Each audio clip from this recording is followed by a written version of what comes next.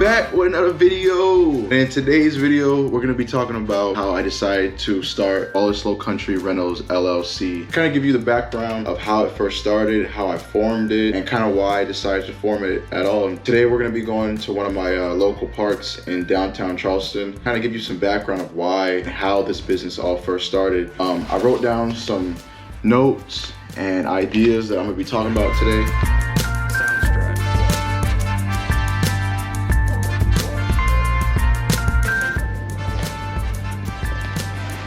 Be good boys while I'm gone. Okay, Jet. Why are y'all so scared of the camera?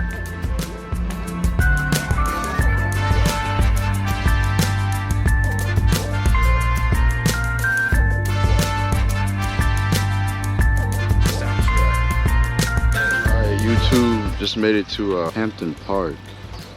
That's a little bit of information about Hampton Park right there.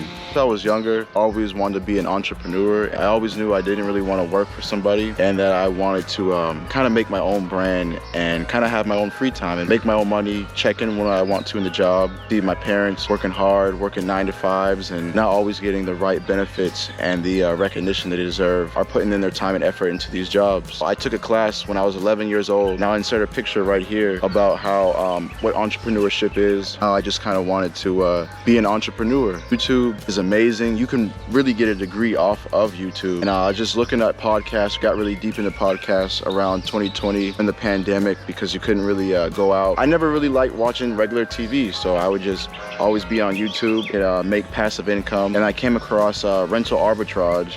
And basically what that is when you get an apartment and you're under a lease, and then you would put the apartment under like your business name, allowing the guests to come in. So you just pay the rent, you don't own it or anything like that, and you're still able to make a high profit, have people come in at a nightly stay basis. Thought about doing that. I went to a lot of town halls and cities just to learn all the rules and regulations, because you can't just put up an Airbnb anywhere. It has to be within the limits and the guidelines of that city or that town. So I went around to each town hall, learning all the information. I finally found a place here in Charleston that I was allowed to do that. The one main thing that was really holding me back with that was being able to have the background check, really starting it up and doing the Airbnb business. Another thing I would do when I was going around to these different landlords, be marketing myself. That way, when I do leave, they'll have something to hold on to. So I can sit down and talk to you, we have a conversation, but later on, you might forget things, you have a lot going on. So that's when I created my brochures right here.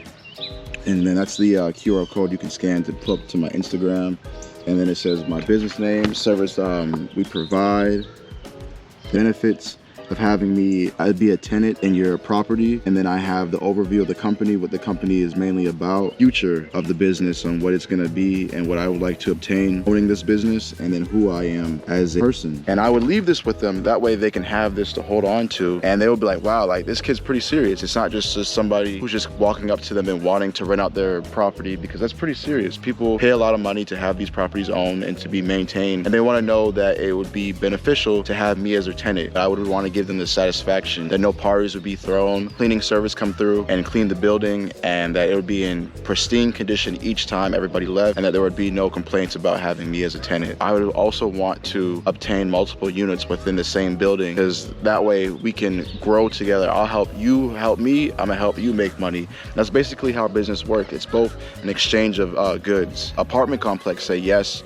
to me doing the rental arbitrage, but the main thing was just doing the background checks and having that fast turnover rate. Everything kind of happens for a reason, and that allowed me to create my Turo business. You know, granted, it's more of a liability because somebody is driving your car, but that's why you get insurance, you know, that's why you make sure your vehicle's up to date, and you kind of keep it safe. That way, nothing could fall back on you as the host, and to make sure that everything is okay. And not only that too, I have it under my business name, so it's a limited liability company. That's what LLC stands for. That allows the business to take the hit and not necessarily me as much as my person. So they couldn't sue me if something were to happen. They could have just sued the business for what the business has. Started looking at YouTube, was trying to find something else, and came across $1 Million Worth of Game podcast. They were interviewing Young Dolph, rest in peace to him, he was one of my favorite artists, bringing young entrepreneurs, and they talk about how they were able to make their money. And there was this guy, Matty J, he was saying how he bought 50 cars almost within a month. And I was like, what? Like, why would bro do that? And he was renting these cars out on the Turo platform. He ran a whole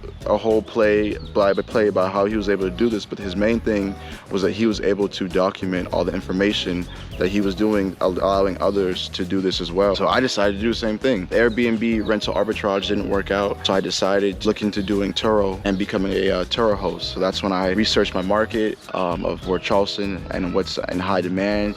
So I got an SUV. I also have a mechanic that can fix the SUV if anything were to happen. I just posted it, and then ever since then it's kind of taken it off, make somewhat of passive income. Most months I do pretty well. It is in the summertime, so right now the car is out right now, and I'm waiting on back for the guests to return. As you see, I'm in Hampton Park, but the rental car in the airport, it's in Charleston Airport. They're opening up the trunk, they just unlocked everything, and they're about to drop off the vehicle now. So I'm just waiting for them to send me what floor it's on. Once they're done checking out, I'll lock it, and I'll go pick up the car later on today. That's kind of why I wanted to start my business, is just to have that financial freedom. YouTube channel, I want to show my creativity. You know, I love art, I love videography, and that's basically what this channel is going to be about. Just me being able to create videos that I can look back on to show how much I've grown as a young entrepreneur and a business owner, and just to see my creative abilities when it comes to making videography. I feel as though that wherever you are is the best place. If you can't make it where you're living at now, then how are you going to make it somewhere else? The market could be oversaturated, or the market hasn't started, and you can create. And I feel as though that Charleston was where I live now is the perfect place for that. Charleston is an up-and-coming growing city. It's still a small town, but a lot of people come here and move here on a daily basis down to raise a family. Has a lot of history behind it, and he just checked out.